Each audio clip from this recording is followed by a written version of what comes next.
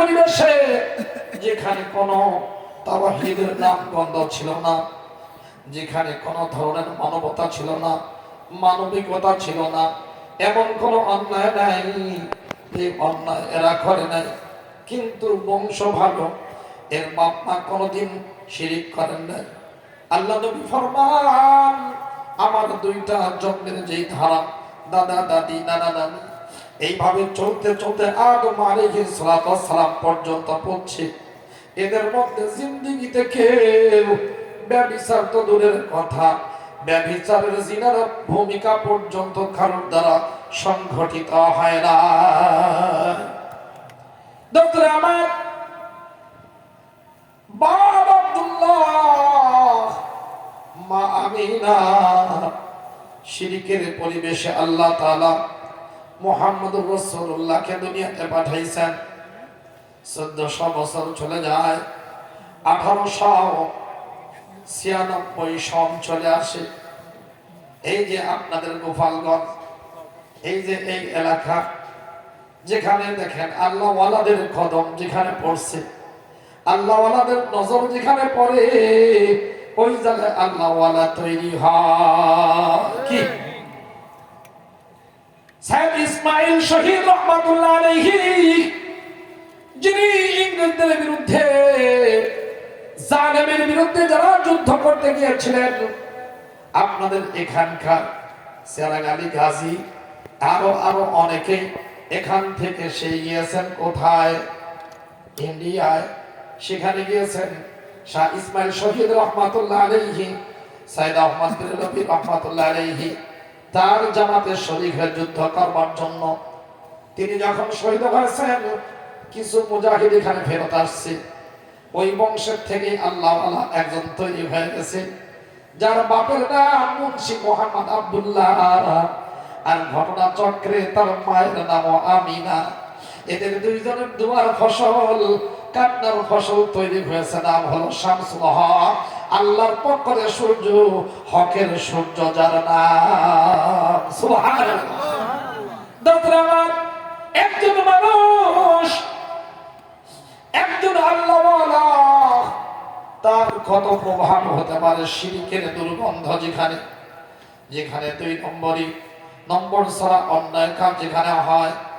যতদিন খেলাফত ছিল, মুসলমানদের মধ্যে কখনো মিথ্যা ছিল না, মুসলমানরা অন্য ধর্মের উপর হস্তক্ষেপ করে নাই। মুসলমানের ব্যবসা এর মধ্যে যে 2 নম্বরই হতে পারে, এটা তারা বোঝে নাই। মুসলমানদের মধ্যে সুদ বলতে কোনো কিছু ছিল না রে আব্বু, জিনা ব্যভিচার ছিল না, শুধু পবিত্রতা, জ্ঞান বিজ্ঞানের উৎকর্ষ সাধন ছিল। এই বাংলায় 80,000 মাদ্রাসা ছিল, এবং দিল্লি একটা শহর, ওখানে 10,000 শিক্ষা প্রতিষ্ঠান মাদ্রাসা ছিল। ডাবেল শহরে 100 ঊর্ধ্বে বিশাল বড় বড় ইউনিভার্সিটি ছিল। এত সুন্দর পবিত্রতা, সারা দুনিয়াতে যত মূর্খতা ছিল, ইউরোপ আমেরিকা, এখানে কোনো আলো ছিল না। আলো জ্বালাবার জন্য মুসলমানরাই জ্ঞানের আলো জ্বালাইছেন। কর্ডোবা বিশ্ববিদ্যালয় প্রতিষ্ঠা করেছেন, বড় বড় মাদ্রাসা প্রতিষ্ঠা করেছেন, যেখান থেকে বড় বড় শায়েখ তৈরি হয়েছে। ইবনে বতুতার মতো বিশ্ব পর্যটক তৈরি হয়েছে, আলেমও তৈরি হয়েছে, এবং বড় বড় ডাক্তার তৈরি হয়েছে। ডাক্তারের সাথে সাথে তিনি একদিক দিয়ে ডাক্তার, আর একদিক দিয়ে মুহাদ্দিস, আর একদিক দিয়ে বড় মসজিদের খতিব তৈরি হয়েছে ইংরেজরা আসার আগে।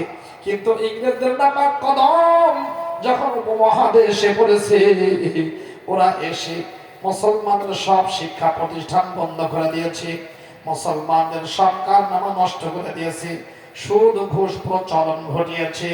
পুরস্কার আকার বেশ্যাখানা এই শয়তানরাই সর্বপ্রথম চালু করে দিয়েছে। ও দোস্ত, আমাদের এই জমিনে বাংলায় শাড়ি তৈরি হতো, 12 হাত একটা শাড়ি, সুপারির মধ্যে, সুপারির এই খোলের মধ্যে খোসাবাদে ভরা যাইত। ওরা এসে এদের আঙ্গুলগুলো, ডান হাতগুলো কেটে দিয়ে সব ধ্বংস করেছে। ইংরেজদের নাপাক কদম যখন পড়ছে, ওই মুসলমান শাসক জাতি, যাদের কাছে মানুষের সম্পদ ছিল, এরা আমানত, মুসলমানদের মধ্যে সব সময় ভালো সিফাতের প্রবণতা ছিল। এবং যারা অমুসলমান কোনদিন এরা নির্যাতনের শিকার হয় নাই, কোনদিন কোন মানুষ সংখ্যাগুরু এইটা কখনো টের পায় নাই। কিন্তু ইংরেজদের নাপাক কদম যখন উপমহাদেশে করেছে, একদিকে সংখ্যালঘু আর একদিকে সংখ্যাগুরু, এইগুলো দিয়ে মুসলমানদের মধ্যে মারামারি আর গন্ডগোল লাগাই দিছে। আমার ইসলামী শিক্ষা সব কিছু বন্ধ করে দিয়ে ওরা তাদের গোলাম তৈরির, চাকর তৈরির শিক্ষা ব্যবস্থা চালু করে।